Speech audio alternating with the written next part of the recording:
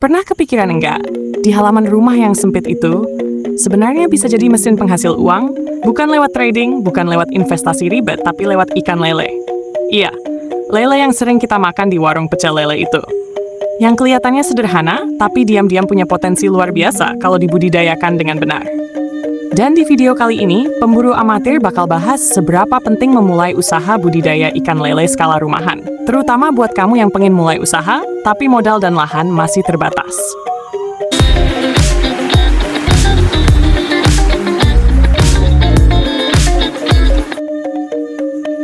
Di kondisi ekonomi seperti sekarang, mengandalkan satu sumber penghasilan saja rasanya sudah tidak cukup. Banyak orang mulai melirik usaha rumahan karena bisa dijalankan tanpa harus meninggalkan pekerjaan utama. Nah, salah satu usaha rumahan yang paling realistis, paling banyak dicoba, dan terbukti jalan adalah budidaya ikan lele. Kenapa lele? Karena lele itu ikan sejuta umat. Dari desa sampai kota, dari warung tenda sampai rumah makan besar, semuanya butuh lele setiap hari. Artinya apa? Artinya pasarnya jelas dan stabil. Budidaya lele skala rumahan itu tidak menuntut lahan luas. Kamu bisa mulai dari halaman belakang rumah, samping rumah, bahkan teras sekalipun, asal masih bisa ditaruh kolam terpal.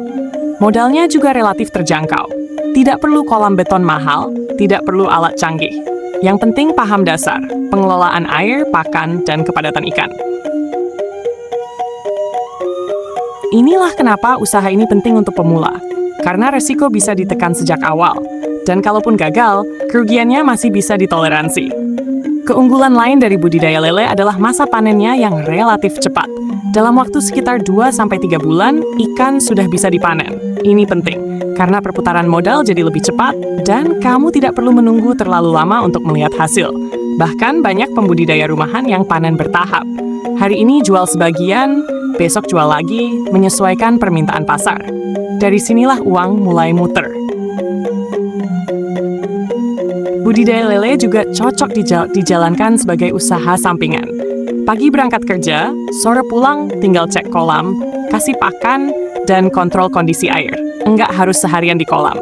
Makanya usaha ini cocok untuk karyawan, ibu rumah tangga, bahkan pemula yang baru belajar dunia perikanan. Dan yang paling penting, usaha ini bisa dikembangkan secara bertahap. Awalnya satu kolam. Kalau sudah paham alurnya, tambah kolam kedua, lalu ketiga, sampai akhirnya punya sistem sendiri. Dari usaha kecil di rumah, pelan-pelan bisa naik kelas. Selain keuntungan finansial, budidaya lele juga melatih mental usaha. Kita belajar sabar, belajar disiplin, belajar membaca resiko, dan belajar mengambil keputusan. Karena di kolam lele itu bukan cuma ikan yang kita pelihara, tapi juga mental pejuang usaha.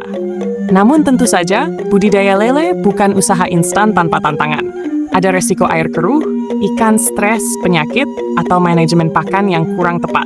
Tapi justru disitulah pentingnya belajar dari skala kecil. Lebih aman, lebih terkendali, dan lebih mudah dievaluasi. Selama kita mau belajar, mau evaluasi, dan mau konsisten, peluang untuk berhasil selalu terbuka.